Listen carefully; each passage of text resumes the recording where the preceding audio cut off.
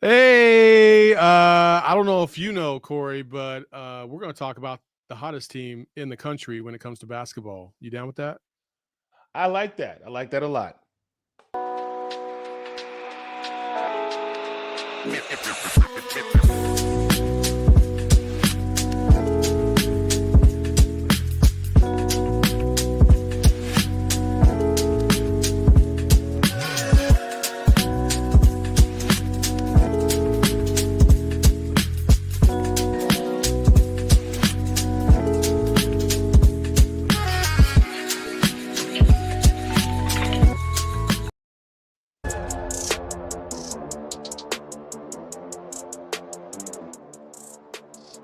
Welcome to another episode of McKale Madness.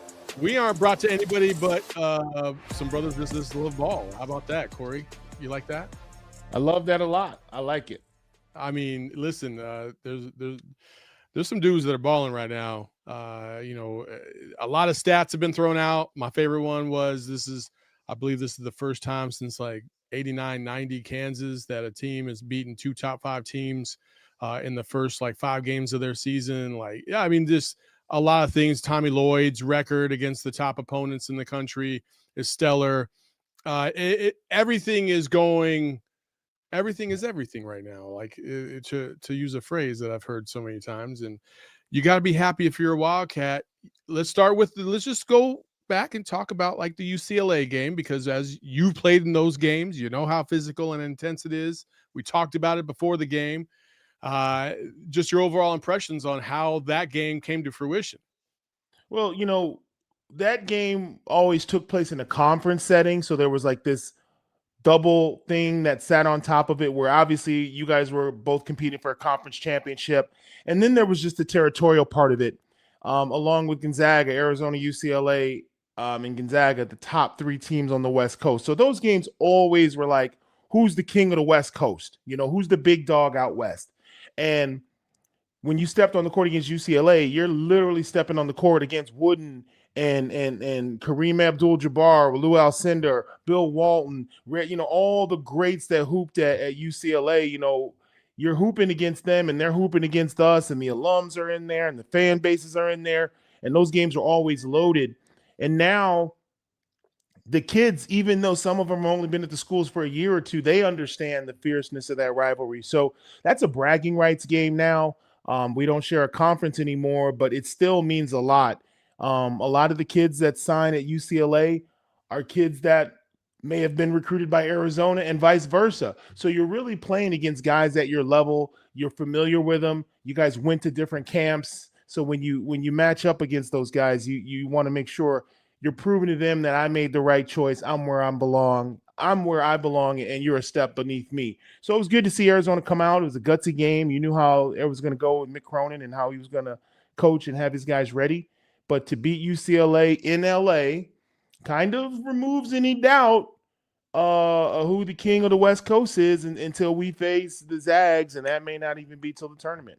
Yeah, no, I agree. It's funny because both those games were kind of similar to some degree, where they were physical, good defense on both ends. Offense came and went for both teams at sporadic times. Arizona got a lead in the second half, and then they gave it away. But they were able to fight back and ultimately win. Same thing at UConn. Like they got the 13-point lead and they blew that, went down by a point even, and then managed to overcome. Like, to me, everybody was pointing to who was missing from UConn, and we'll get to that in a second. But for UCLA, the way Arizona kind of battled through, and Jaden Bradley, that's where we're going to start. And before I cue my new favorite video of all time, before I cue that, Jaden Bradley didn't really do much in the first 35 minutes. But, and Corey, you know what this is all about because you played with dudes that are like this, Damon and Khalid and all them guys. They know when to say when. And Jaden knew when to say when. So let's talk about Jaden Bradley. Best point guard in the nation, despite the list degradation. Jaden Bradley always clutch. For your squad, he's too much.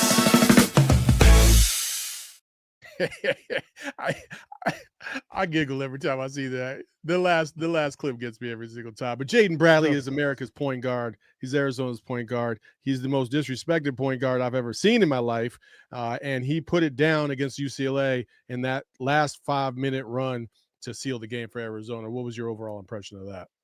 Not surprised. I think if you go back to our very first show this season, I'll put it together, but I basically said he was going to go on a scorched earth tour this year, and he's off to just that. You don't have to flex in minutes 1 through 35 if you're in the game and your guys are playing well. But when it's game deciding time, the mismatch that you didn't know was there, the mismatch that you didn't see for 35 minutes because he didn't want you to see it. He wasn't taking your point guard off the dribble all game. He wasn't ISOing him one-on-one on the wing. He wasn't knocking down threes. But when he has to do it, oh, guess what? I'm going to take the last 90 seconds of the game and show you how much better I am than your point guard. And it'll be the difference in the game. That's Jaden Bradley. And I don't say he's playing possum. I don't think he's sandbagging. I think he's being a floor general.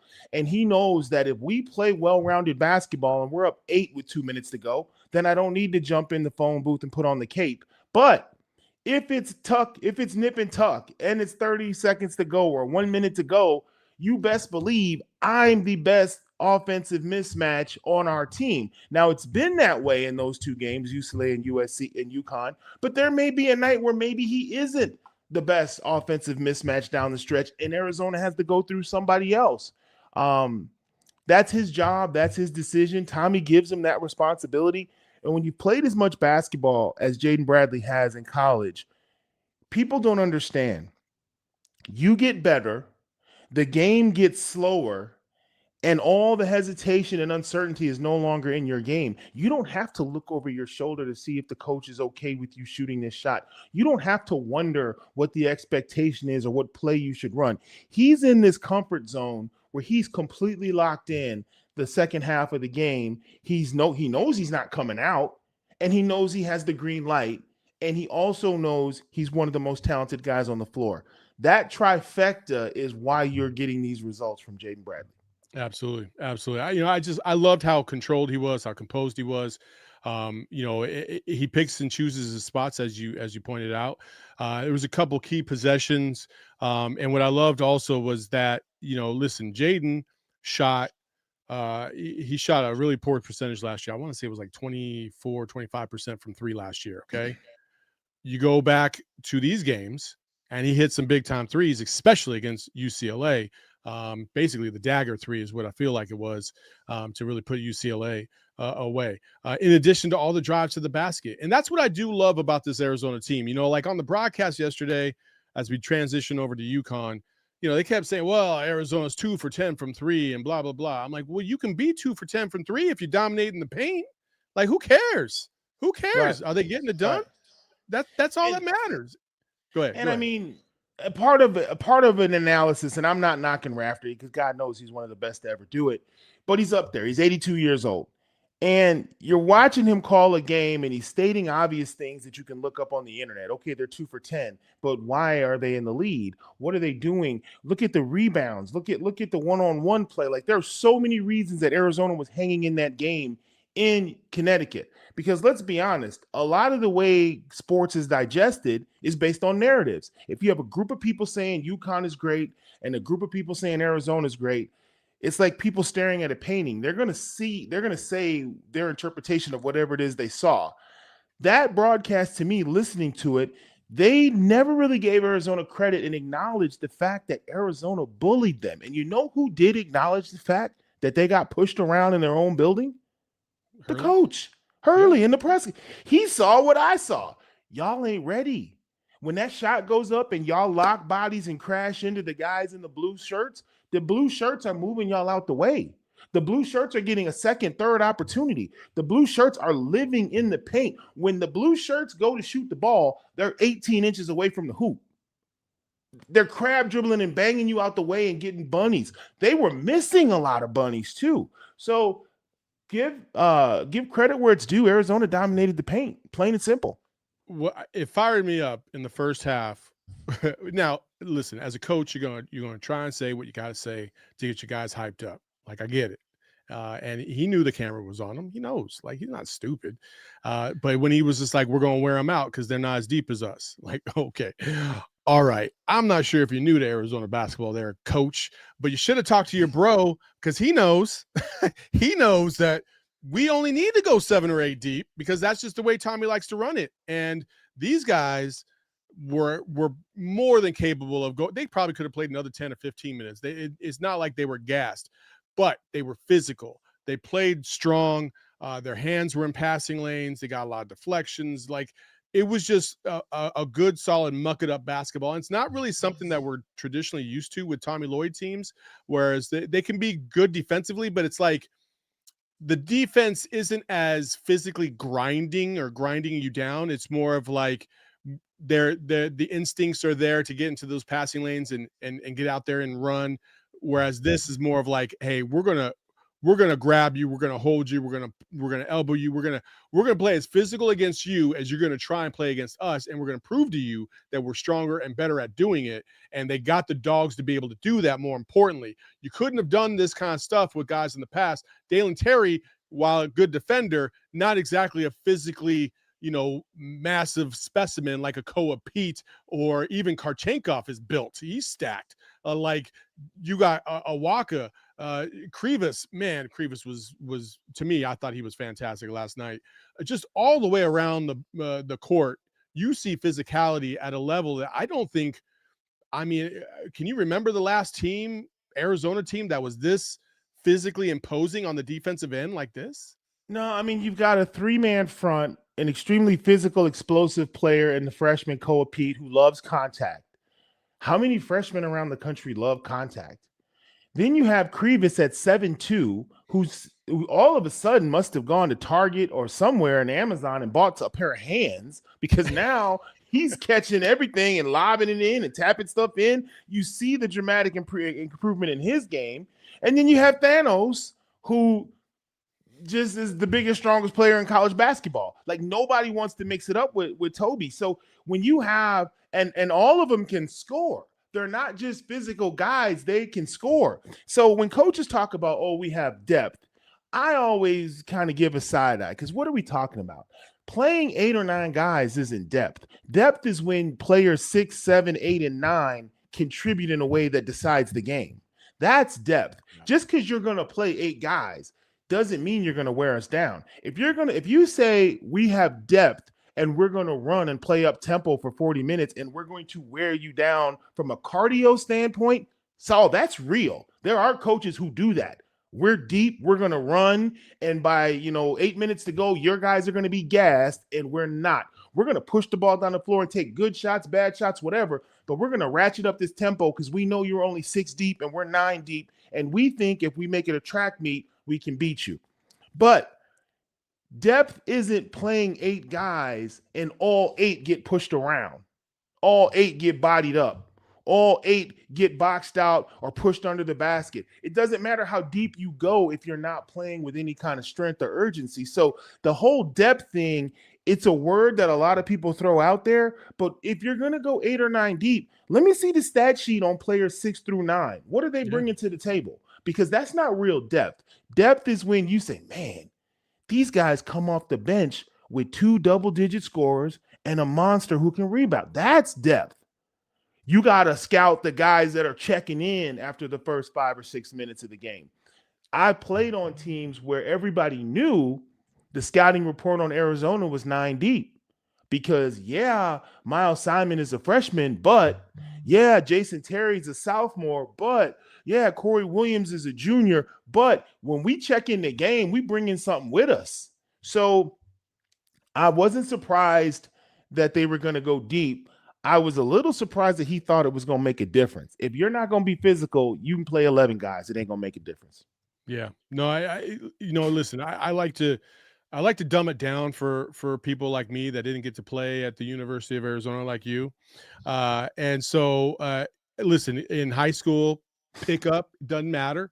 If you go to the gym and you get into a good rhythm and a flow, you can play all day. Like you feel good. You got a bounce to you. You're feeling your shots feeling good. Like everything's feeling good. But there's been times where you go to the open gym and you play against dudes that are just every single time down the court. They're grabbing, they're pushing, and by about the second or third game, you're like, man, I don't want to do this anymore. You know what I mean? Like, and so to your point, I feel like that's what Arizona's doing to other teams as opposed to them doing it to Arizona.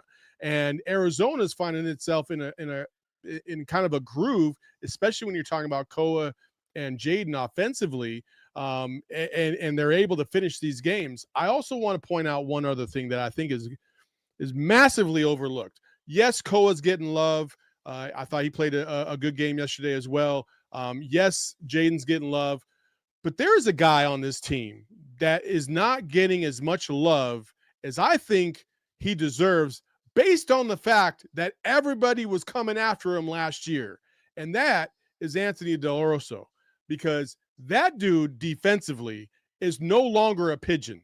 And if you think he is, you need to go rewatch these games because he's gotten more physical. He's gotten stronger. He's gotten quicker. His instincts have been better. He has not been a liability on defense. He hasn't had mental lapses. The whole 9 yards. ADO has come this season to play in addition to getting you buckets when you need some. And him and Jaden against UCLA were huge down the stretch. And then you come up when Arizona needed a bucket against UConn at a specific running time. Like, listen, they got on their little run and they outscored Arizona, sure, but you still need to have these glimpses of kind of halting the momentum a little bit. You can't just let them go rough shot. And Dell'Orso pump faked on a three, got baseline, hit that little baseline jumper, and I thought that was a good little momentum play, just kind of keep them back in it and realize that not everything's falling apart. And I can't speak his praises enough, especially considering how many people were on his back last year for the lack of defensive efficiency. Well, I mean, everybody makes progressions. I don't think any player in college basketball comes back the next season the same as they were the year before. If they do, they're not going to be very successful or even on that team for very long. Dell'Orso avoided one of the biggest traps that's out there for young athletes. He avoided becoming one-dimensional. He was a shooter. That's all people said about him last year. They didn't respect him as a defender. They didn't respect him as a threat going to the rack. They didn't respect him as a team leader, a tough guy. So he has transformed and added to his game. He still has the outside shot as evident at the UCLA game, but now he's not afraid to get to the free throw line. He will take you to the rack. He will sit down, move his feet, and have a defensive presence. And, you know, I love the fact that he went ahead. He gained some weight, probably gained 7 or 8 pounds. Now, 2 pounds of that is all beard, but either way, the boy gained some weight. He came back, new attitude, new look, and his game is different. He no longer hunts 3-pointers. He hunts opportunities to score. The little baseline floater, in the lane floater, taking it up against your 7-footer and making sure that he fouls me so I can get to the free throw line where I'm like 90%. He is a well-rounded basketball player, so you have to tip your hat to him. It's funny because the people who were criticizing him last year, oh, he's a one-trick pony, he can only shoot threes. Okay, first of all, that's the whole name of the game, putting the damn ball in the peach basket. So knock it off with that. He can shoot. That's a great positive. Second of all, you've got to look at how his shots are being created. When Arizona out-rebounds teams, when Krivas is getting offensive rebounds and kicking them out, when Arizona is getting defensive stops and turnovers, all of a sudden shooters become great shooters because I'm getting a whole different kind of shot now. I'm getting wide open threes. I'm getting kickouts after offensive rebounds. So for him, I love his development. I think you hit the nail on the head. He's a completely different player, but I got to give him a lot of credit because the improvement that you've seen, he made that happen in the 8 months of the offseason. In a gym where no one was watching. And now people are seeing all the hard work that he's put in. Listen, I'm sure he went back and watched those tapes.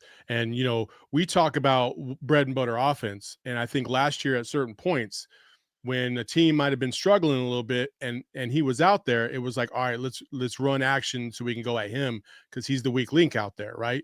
That's no longer the case. ADO was at times you couldn't play him down the stretch of games because of that defensive weakness. Now, in the last 2 games, he's finishing the games. Why? Because defensively, he's solid. That's all you need to know. So like, hey, much props to him for doing that. I wanted to make sure that he got a little bit of love because we haven't really talked about him too much because he's been solid. And the guys that have been solid, you tend to overlook them because they've just been solid, much like Krivas and Awaka. They've been solid. They've been, honestly, I think, especially in Krivas, I had my concerns. I had my concerns before the season started. I was like, man, I don't know if I'm seeing what I need to be seeing from him. I needed to take a beat because he needed to get back into the flow. And against the three teams, Awaka and Krivas have been outstanding. How it's outstanding? These are their stats in the 3 games against ranked opponents, and they're phenomenal. Okay. First, points per game. Kevin. There we go. Points per game. They're combined 15.6 per game. They're combined for 18 rebounds a game. And then obviously their assists are, they're going to be whatever. But they've just been phenomenal. Their field goal percentage is in the 60s, combined about 62. Like, those two have been a prickly pair. You like how I named that? Come on, man. That's pretty good. That's pretty good. Come on. But listen, they've been fantastic. And Krivas, he is in those 3 games against the elites. He has played strong. He's played assertively. He has not gotten into foul trouble like he used to have a penchant for before. He'll still occasionally make the stupid foul, but he won't get himself into a position where he has to come out of the game immediately. And I think he has played really, really solid. We know what Toby was going to bring because we saw it all last year. We knew it was pretty much going to be the same thing, and it has been the same thing. He is, as you put it, Thanos.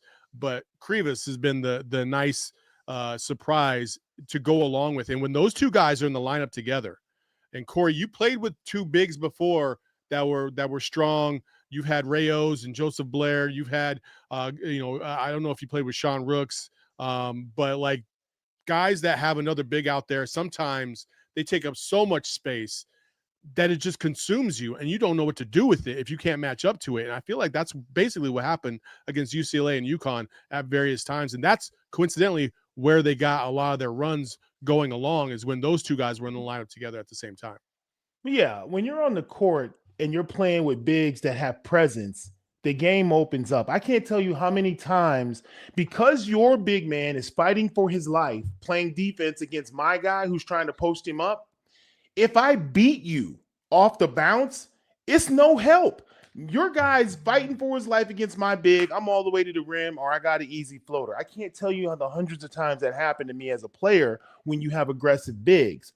I'm not surprised that the ball kind of came around and found Krivas. This isn't Utah Valley Tech or whoever they was playing, or NAU, where guys can just, not look for Krivas because buckets are so easy to come by. We don't need the big fella. Oh no. You're in Connecticut now. You're playing UConn. They got big boys. The game all of a sudden slows down. And guess what you're doing when you penetrate? You're dropping it off to Krivas for the big dunk towards the end of the game. Guess what's happening? The ball's bouncing around. Krivas gets it, lays it up. Now all of a sudden there's value in the 7-footer. You know why? Because there's 3 other bigs out there.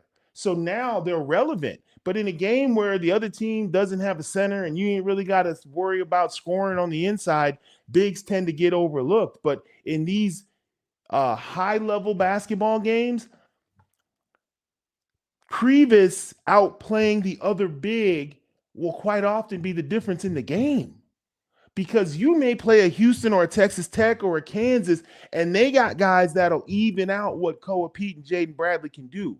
But if our bigs outplay theirs with those kind of numbers, Arizona walks out of there with a 6 or 7 point victory. Maybe they out rebound them by 7 or 8 on the glass. And hey, do we care how we win, or do we care if we just win? And that's really what it's about. What do you think about this chatter online about the fact that, obviously Tarris Reed, one of their best players, and I mean their leading scorer and rebounder, missed the game due to an ankle injury that he experienced versus BYU. Everybody talking about, it would have been a different game if he was playing. Like, okay, I get that. It's easy to assume that it would have been a different game, and because it was such a close game, that it's easy to assume that maybe UConn might have won the game. However, I would like to add that Arizona did just play a team that on paper had the best front court in the nation in Florida just a little over a week and a half ago. So to just assume that Arizona was just going to be like, oh, well, now we don't have the power in the paint. I don't know what we're going to do. It's just it's a little egregious. But I wanted to make sure I asked that question to you so that way I can get a nice round perspective. I'm going to just be blunt. It's loser talk. And I don't say that to be disrespectful. When people lose, the analysis always breaks down the why, or you try to rationalize the loss. We would have won if our field goal kicker wouldn't have missed 2 extra points. We would have won if so-and-so didn't play. We would have won if so-and-so played. We would have won it. The if is a wonderful, magical word that sports fans love, because after a loss, if you've got a starter who didn't play, you can go to bed at night with that if floating around in your brain, making you feel warm and fuzzy, keeping you from reality. That kid could have took the floor and got 2 fouls in the first 45 seconds and never been a factor the whole game. That kid could have took the floor and, God forbid, gotten hurt and not been a factor. He could have took the floor and went for 40. We don't know, and we don't care, because last year when Arizona was 4-5, losing close games, we were living in Ifville. We were living in if Wonderland. If we could just get over the hump, and if we could have beat UCLA, and if we could have not lost those games. Everybody lives in the if when your team catches an L. So as far as the chatter, that's what people tell themselves so they can go to sleep at night. And I refuse to do it. I put a lot of things out there on our very first show. I wanted to see Arizona 11-2 come December 31st. That's what I wanted. I didn't put any restrictions on it or any conditions on it. I don't care how we get there. Oh, well, we didn't get – it doesn't matter. I felt like this is a team that has this level of ability. They need to get there. Was it a factor? A rational basketball mind would say yes. But am I going to sit here and go through all the different ways that you guys should have won if this one guy played? I mean, are we talking about a 25-point-per-game first-round draft pick? Because if we're not – I don't know how you throw that into the equation and say, oh, it would have been a different game. If we're talking about a guy who gets 16 rebounds a night and is a force in the paint, I might hear you out. But it's just talk for the fans, and the fans need to believe, Florida, they jumped into the if factors after Arizona went and won that game. Mm-hmm. If we did this, oh, we're still figuring some things out. It's about building chemistry. We're tweaking some things. It's loser talk. And I don't mean to say that the people that are saying it are losers, but it's how you talk after a loss so that you can get yourself up to still believe in your team.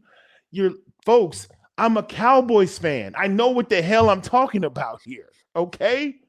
So trust me, that chatter, don't buy into it. Don't go back and forth with UConn fans telling you that this wasn't a good win.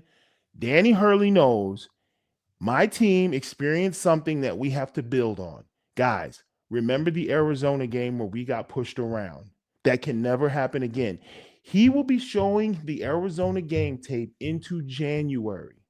That's what great coaches do. They take the lessons and they make an encyclopedia, and they use that as the owner's manual for the whole season.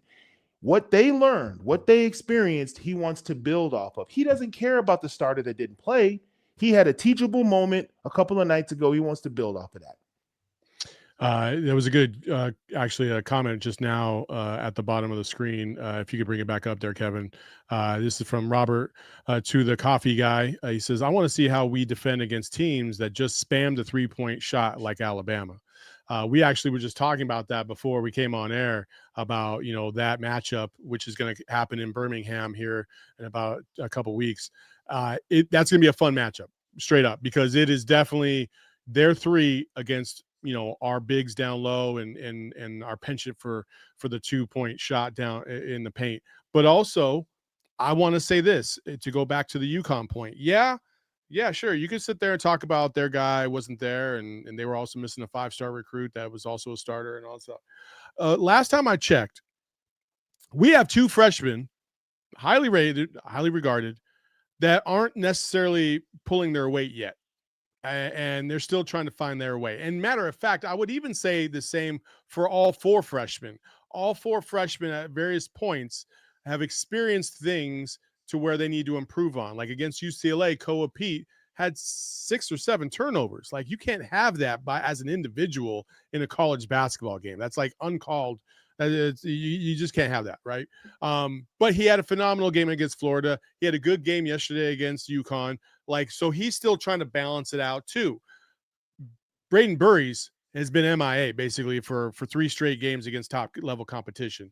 He hasn't really done too much defensively. He's been okay. He still has a penchant for kind of some silly fouls, especially yesterday. If you look at the undercutting of the big man and these little high school tendencies, you know what I mean? Like just a little chicken wing here and push the thing. Like I know because I did those things when I was in my first year of college.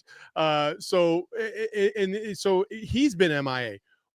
Just imagine what we might look like in March if these guys start to get into their flow and their groove and everybody's feeling comfortable and they understand where they're supposed to be at, and they start to develop that bread and butter offense at a much higher clip. Whatever you saw yesterday against UConn, I guarantee you, if they play again in March, it won't be the same kind of game. It'll be a little bit of a different game because different actors will be playing different roles. That's the nature of the college basketball beast. Yeah, I mean, I think you're 100% right. The thing that I tell people is all teams improve throughout the course of the season. If the team doesn't improve, usually the coach gets let go, but you want to see improvement. You got little benchmarks, things you look at as the season progresses. You want your team to get better. The thing here is Arizona is not losing while they're learning. Koa Pete has 6 or 7 turnovers, but we still win. Burries isn't caught on to the rhythm yet, but we still win. Last year, we were losing and learning, but people didn't like it because we were 4-5. So now we're 5-0. Mm-hmm. We're still learning. Crevis is figuring out where he's getting the ball. Burries is figuring out what's a foul at the collegiate level and what's not. Koa Pete's learning. They're coming on the dribble for the double team. We're still learning as we play, but we're not racking up L's during the learning process. That's all that's going on. So, and we can talk about Burries if you want to now or later, but that's the main thing. All teams are learning, but are you catching L's in the process? Because it is so hard when you're losing and learning. It's like the learning is invisible. Fans don't see the progressions. You talked about Deli a while back. Yeah, he's transformed his game, but didn't he hit like 6 threes against UCLA? I mean, the jumper's still there. He was still probably next to Bradley, the best player on the floor. He still brought his 3-point shot with him, but he's doing more on top of that. So the development people don't necessarily see. They're like, how come Koa Pete had 30 against Florida, but he didn't have 30 against UConn? And I'm like, are you dumb? Do you not understand that at this level of basketball, you don't get to do that all the time? Yes, you can do that against guys who have no say in the matter. But Danny Hurley and UConn will have a say on who puts up 30. It's just not something that's going to happen. Arizona has a say in who puts up 30. So I believe it was Usher who said, situations that dictates basketball. You got to know that. It's situations will arise. Mm-hmm. You got to be smart about it. I mean, I sound like a basketball manual now that I look at it. Usher was preaching. Kevin don't know nothing about that. Come on, Kev. You don't know nothing about no Usher. Kev, go get on YouTube and find it out. Find about it. But yeah, man, I mean, that's the thing. Can you develop and still get wins? Because when you're learning and still winning, you're gaining confidence. And I think that's the key thing for Arizona. Other people are like, oh, we're still tweaking, we're still learning. Yeah, you can say that for 5 or 6 weeks. Nobody's going to, especially if you're playing a tough, UConn's not ducking anybody. We're not ducking anybody. Kansas, Duke, North Carolina, they're all playing good games in the non-conference. I'm glad to see big teams, Blue Bloods mixing it up. But to act like, you have to play perfect ball right out the gate, you're right. You don't have to. But it is nice to win when you don't play well. It is nice to win when you don't play well. Based on last year And I think every year Tommy has learned something new about how to approach getting closer to the tournament. Based on last year, I do trust that the development process of how he tries to get guys from point A to point Z from the beginning of the season to the end of the season. And Dell'Orso is a good example of that.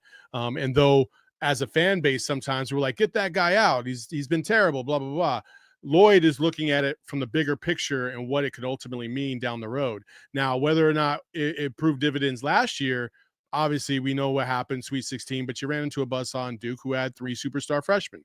Well, this year, now you have the 3 superstar freshmen and you have other pieces around them to be able to build upon and develop. And Brayden Burries is in that category. Now, I created a graphic, or Kevin created a graphic, and it was dubbed Buried Alive because, listen, like, he's been MIA. Everybody else is kind of outperforming him right now, but that doesn't mean that this is where it's going to start and end for him. I do believe in Brayden Burries tremendously. I think he's got tremendous talent. I think he has an eye for the game. It's just he has to fit his eye to what he's seeing out there, and it isn't quite lining up. I think he's playing a little too fast for himself. He's probably putting a little too much pressure on himself. But I think these 3 games have shown him, like, hey, we can do this with or without you. It'd just be much easier if it was with you. And I think that's giving him confidence to not like get too disheveled because they're losing games, and stay in it and stay with it. And I know Tommy's probably reinforcing that on a daily basis with him. Let me frame this in a way that most people can understand. How you doing, Mr. Burries? Welcome to college basketball. This is the most difficult level of basketball you'll ever play, that you've ever played in your life. The players are bigger, faster, and stronger than any players you've ever seen. The defensive schemes are 10 times more complicated. Your offensive options and ability are going to be cut by 60 to 70%, and you are going to have to fight in a way that you've never had to fight before. Now, not only are your opponents going to be difficult, but you'll be playing alongside guys who have more experience than you, and if they can produce, they'll play more than you eventually over the course of time. So, welcome to Division I college athletics. Oh, by the way, everyone's saying you're one and done, and this is supposed to be a breeze and a snap for you. So go out there and wow all the NBA scouts and drop 15, 20 points a game and play for Arizona for 1 year and go pro. That's the real world that has been put in front of that man. People don't understand that. Burries playing college high. He's not playing bums. He's playing former national championship programs with guards out of the portal, guys that are getting paid big bucks that have way more experience than him. He's out there. I will tell you this, Saul, if I could come with an analogy. Koa Pete is like the star rookie running back in the NFL. You're going to get the touches, and the offensive line is good.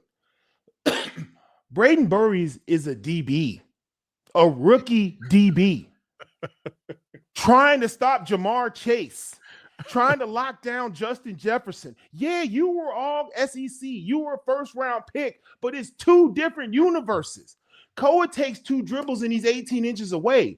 You got to come off a screen. You got a defender in front of you. You got a secondary defender. You got to make a one-on-one move against a guy who's just as quick as you. It is not even the same universe that these 2 freshmen are playing in. But if you never hooped, you don't know that. I expect this young man to be a dynamic perimeter player. Jaden Bradley is backing up. He can hear the ball screen. He instinctually gets in a position to deal with it and get over it without committing a foul. Jaden Bradley's watching the defender. He knows this kid's about to shoot, and I'm going to contest without fouling. His instincts keep him out of foul trouble. That's not a coincidence. The man got thousands of hours of game time in his body. Burries don't have that. The fouls he's committing are panic fouls. He's never been in these situations. The reaching, the grabbing. He's out of position because this is the first time I've ever had somebody 240 pounds setting a down screen on me, and I got to get out here and guard this guy. Florida ran him off 2 screens.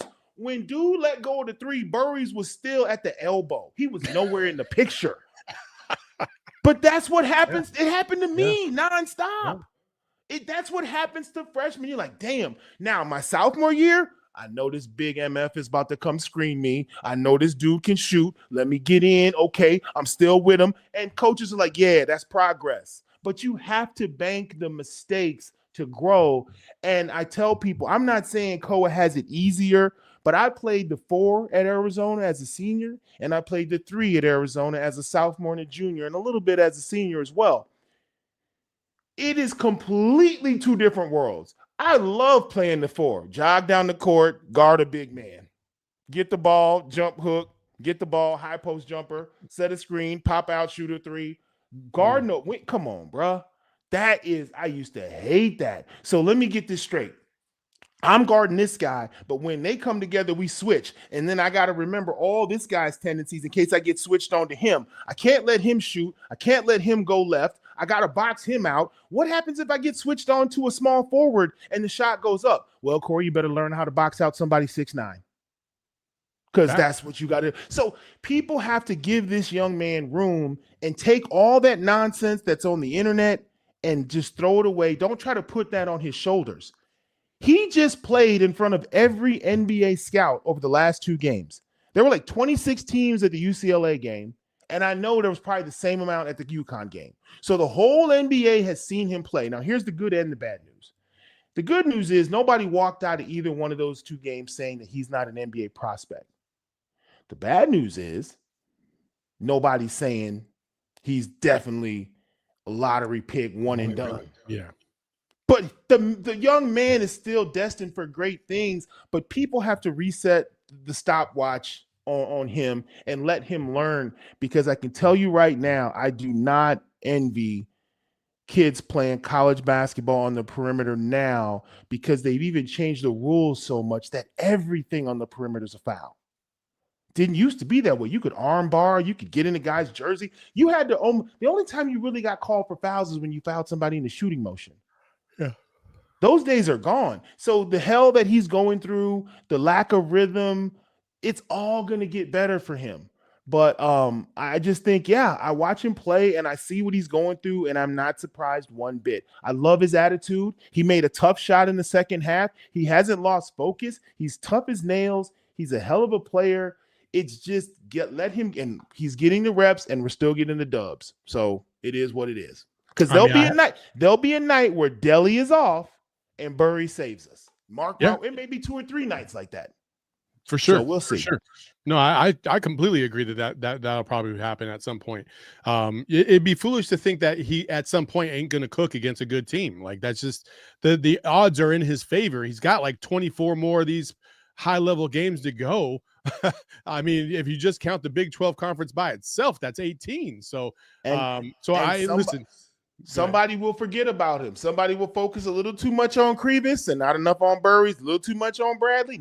There'll be nights where he won't be the main attraction defensively, and he's going to feast because he's a talented player. One thing I will bring up that I do like, that I don't really feel like they had last year, because the backup point guards that they had last year were just not adequate enough to play substantial minutes and trustworthy minutes in replacement of Jaden Bradley. Brayden Burries has proven that he can do that. He can at least set up the offense and get them running, which gives Jaden Bradley a little bit of relief. Jaden was playing like 36, 37, 38 minutes a game last year. This time around, he's about that 32, 34 mark, which is where you want him to be, if not even a little bit less than that. And that comes with a little bit of time. And Brayden's been playing the point from time to time in relief of Jaden. I do like that as well. And honestly, listen, Brayden is 6'4". Like, you're kind of in between. And Corey, what have I always said about tweeners? Arizona, for a stretch there, was like the king of tweeners. Guys that were in between positions. Nick Johnson, not a point, not a 2. Like, where do you put him, right? Raleigh Alkins, not a 2, not a 3. Where'd you put him? Wait, Hassan Adams. Hassan Adams. Lived on Sports Center. Didn't know if he was a power forward, small forward, 2 guy. All you was dunking on everybody. That's all you knew. That's all you knew, right? And these guys, when you're a tweener, you better be the most electric tweener of all time in order to get drafted into the NBA. Otherwise, you're going to find yourself on the outside looking in. None of those guys I just mentioned got drafted into the NBA outside of Hassan Adams, which I didn't mention. He did. So, like those guys they all played in the NBA, but they were not drafted. And that's a big deal. And so Brayden Burries running point is good for his outlook in the future because it shows that he has positional versatility, but can also handle playing the point. Alonzo Trier couldn't really play the point. He wasn't that kind of guy. He was a scoring guy. He was a scoring guard. Like, that's what he did. He got buckets.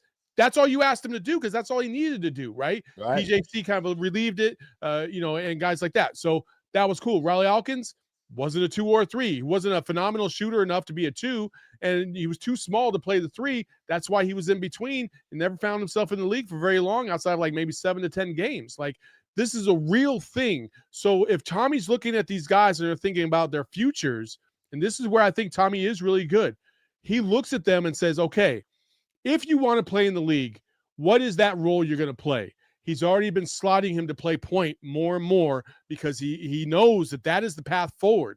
Now, you can be a 6'4" guard in the NBA and play the 2, but you better be super dynamic from the perimeter, like you've never seen. Drop dead bottom out shooter from 3, because it ain't going to work if you're just a driver as a 2 guard in the NBA against guys that are 6'6", 6'7", sometimes even 6'8". So you got to play the point. And I think that's what I'd like to see, the development for Burries. And if his family was watching, or as the people that are watching and want him to get to the league someday are watching, I'm telling you, believe in the process, because that's the way that he is going to be a first rounder. If he can prove he can play that point position, even if he's a scoring point guard, that's fine. But you got to prove that you can play that position. And that's why I love what I'm seeing from Tommy and the development of Burries, even though he's not playing at a high clip quite yet. I'm going to take it a little bit different because I like a lot of the things you said, but I'm going to tell you my perspective on it. I don't believe Tommy Lloyd's job is to win basketball games at Arizona. Sure. That's your job. That's what we pay you as a fan base and as a university to do. Now, the fact that you can take on the role of guidance counselor and also help these guys get to their dreams, that's a bonus. That's something that some coaches engage in. They want to do it. It's that's their selling point. They want to be a guidance counselor and help you get to the next level. You remember when Calipari was losing games at Kentucky? They couldn't get nothing done in the tournament, but all his guys was going pro. People in Kentucky got sick of that. It was like, yeah, you send a guy to the league, but where's the national championships? What's going on? Yeah, you got a lot of NBA contacts. You help kids get to the league, but the fan base wanted the dubs. So I get the whole guidance counselor thing. A lot of times as coaches, and I won't reveal the coach's name, but he told me this in confidence. He said, Corey, my job in helping these guys is to put them in situations where they look good. I don't need them to get exposed. So I try to keep my players out of situations where they look bad to scouts and they get exposed. The kids don't realize that that's what the coach is doing. He's trying to help you. The reason we play zone is because you can't guard nobody. The reason that we give you the ball on the block is because you can't shoot. The reason that this play is set up this way is we got you going to your right hand because somebody cut your left hand off back in 3rd grade. These are deficiencies in your game that I'm hiding because I love you and I want you to get to the league. I'm not going to put you on their best player offensively because you can't defend. You'll get in foul trouble and you won't score no points and you won't go to the league. So kids don't understand the complexity that goes into coaching. And you're lucky if you play for a coach like Tommy Lloyd, who will tell you the truth to your face. Bro, I got 200 minutes to hand out every game. My priority is getting the dub. I got 5 positions, 40 minutes each. That's 200 minutes. How long do you expect him to look at the box score, see 35 minutes, 1 for 9, and a bunch of fouls? He going to have to do something else within 35 minutes because it's not his job to be like, oh, we won anyway. His job is to turn that 35 minutes into more productivity because I'm looking at Delly's 28 minutes and I'm seeing 20 points, 5 rebounds, and 3 assists. If I gave him more, I would get more. Coaches have to do that box score math, and most fans don't understand that. So we're getting wins, you're getting experience, but when it gets down to nut cutting time, I got to get the most out of that 400 minutes, or I'm sorry, that 200 minutes. And if I've got 10 or 11 or 12 or 13 games under my belt, ain't no secrets no more on who I'm going to. You knew the lineup the last 4 minutes of the UConn game. Who was on the floor? I mean, it was Krivas, Awaka, Bradley, ADO. Who was the fifth one? Krishenkov? Yep. Yeah. That, hey, you come on now, people. Everybody can count. Everybody got eyes. And did nobody have a problem with that? That's how we finished the game. Now, you can play all the minutes in the world up to that, but when we have to close out and bring home the dub for the A, this is who's out there. Now, coaches get caught up in the moment. Once that game tips, are they mindful of a guy's playing time? Yeah, no. In the early parts of the game, maybe when the game isn't in the balance. But when it's, 65-65 with a minute 30 to go, I don't care if Ike and Tina Turner is out there. We finna do something. Whoever's out there, I don't care. Let's get it. We have to win the game. And going back to what I said about Arizona, I wanted Arizona to be like the Swiss Army knife, right? All the different parts. Saul, let's do a quick little exercise. What do we know so far about Arizona? Just 5 games in. Who do we know? When I say no, players you believe in and going to show up rain or shine for the next 25 games. Who do we know? Jaden Bradley. Jaden Bradley. Right. Toby Awaka. Right. I would say Krivas. Right. And then I would throw in Koa. Okay. That's 4 right there. Karchenkov, I'm still kind of on the fence. But are you on the fence on Delhi? No. I'm solid on Delhi. I'm solid on Delhi. That's 5. That's 5, yeah. Bruh, you solid on 5 already, and we only 5 games in, and there's 5 players that have already shown productivity over minutes played. This is the window that I lived in my career 30 years ago at Arizona. Damn, how do I break in the rotation? Because they're not thinking about, we need to give everybody minutes against UCLA. That's not what the conversation is in the coaches' meeting. The conversation in the coaches' meeting is, how do we beat UCLA? Let's look at the Swiss Army knife. We got this blade, this blade, this blade, this blade, and this blade. If they're not thinking of you as a blade, they're not pulling you out during the fight.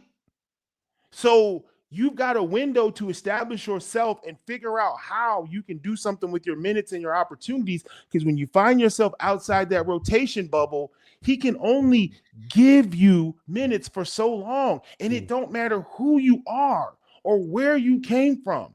We got the son of a billionaire sitting on the bench, happy as hell to just be in the atmosphere. We got recruits committing to Arizona a year out. So what you want and how you feel and what you think you're entitled to, that stuff goes out the window the longer the season goes along without you producing. You lose leverage. You got to create your own opportunities.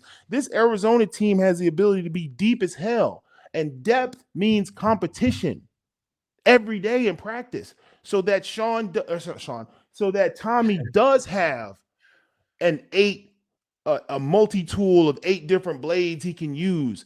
And I want to see Arizona be like my dad when I was a little kid. He could beat you any way he wanted to. That's what I want from Arizona, Saul. A team that can win with Delhi threes, Awaka offensive rebounds, Jaden Bradley isos, Koa Pete goes bananas, Krivas on tip dunks. Man, Arizona can beat you 8 or 9 different ways. That's what I want. And it's not a pretty process watching a coach get to that situation. Maybe Krishenkov wins a couple games for us this year. Who knows?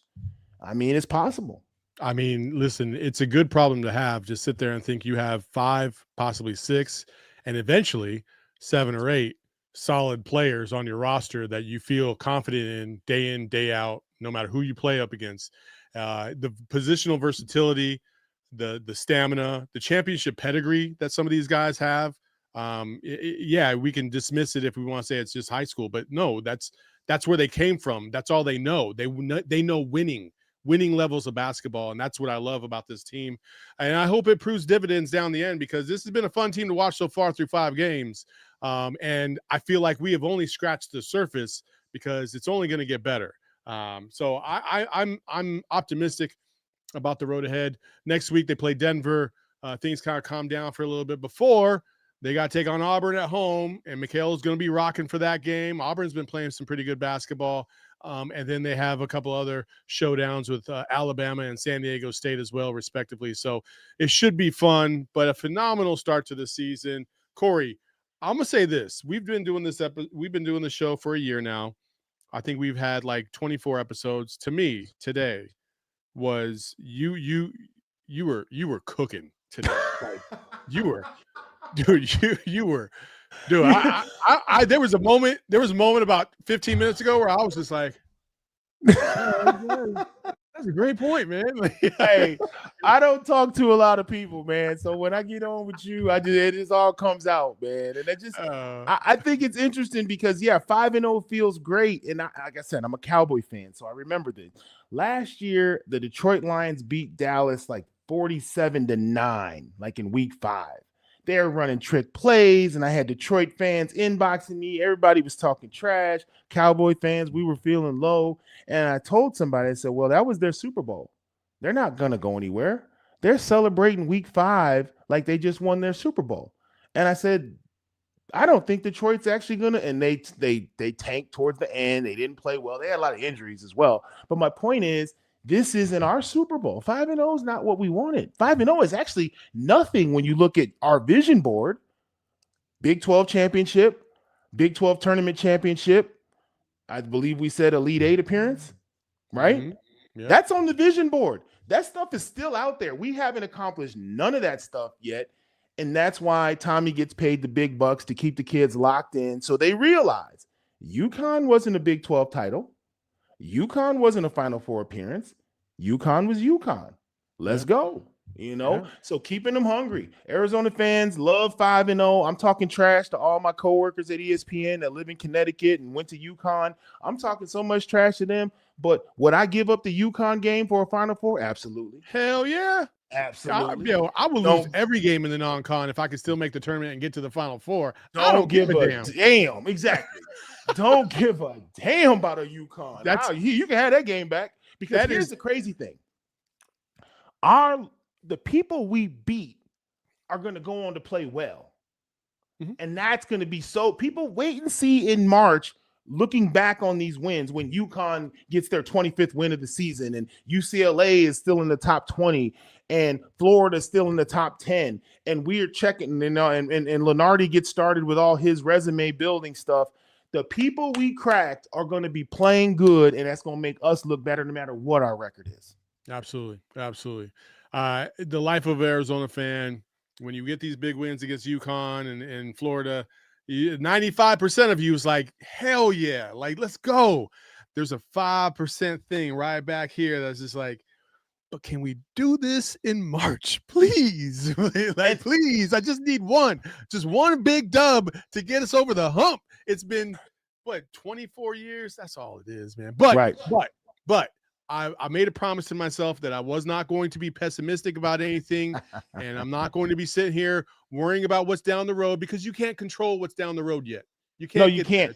It's one day at a time, and you got to focus on the now and the present. These guys are continuing to build.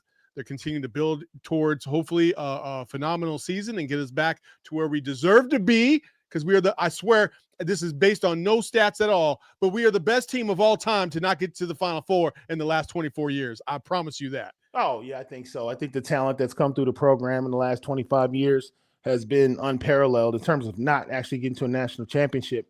But I'll tell this quick story real quick. And I'll name names. I was doing a game for ASU, and I was talking to Bobby Hurley before they played Arizona. I was doing Arizona ASU, and he said, Corey, they're just good. He goes, I don't even know what we're going to talk about at shoot around. Like, everybody's good. Ayton, this is when they had DeAndre Ayton. He was just like, who do we not guard? And the look on his face, and I thought to myself, that's the look that every coach wants. You want to have the team, because by the end of the season, there's tape on you. There's 25 games of tape. So, in 28 of these, in 22 of these games, Jaden Bradley was their savior, so that's how we're going to beat them. But if you got 25 games of tape and 9 of them is Deli and 3 of them is Toby and 1 of them is what do we do? That's the kind of Arizona team I think we need to keep moving, and we're off to a great start to be that Arizona team. Absolutely. Folks, we do appreciate you for joining us on another episode of McKale Madness. You can come back for Chef Corey's next lesson next week as he continues to cook. Follow him at College Corey in the meantime on Instagram, on X. You can follow me at Saul_Bookman. We'll be back next week. I do believe we have a Tuesday show, maybe. No, actually, I think it's a Wednesday show next week because there's a lot of things going on next week. In the meantime, make sure you hit that like button, support the channel, support the homies. That's what it's all about. And make sure you subscribe and leave a 5-star review on your favorite podcast platform. As the lights turn on, that means it's time to go. But we appreciate you. Until next time, peace. We all silly like the mayor.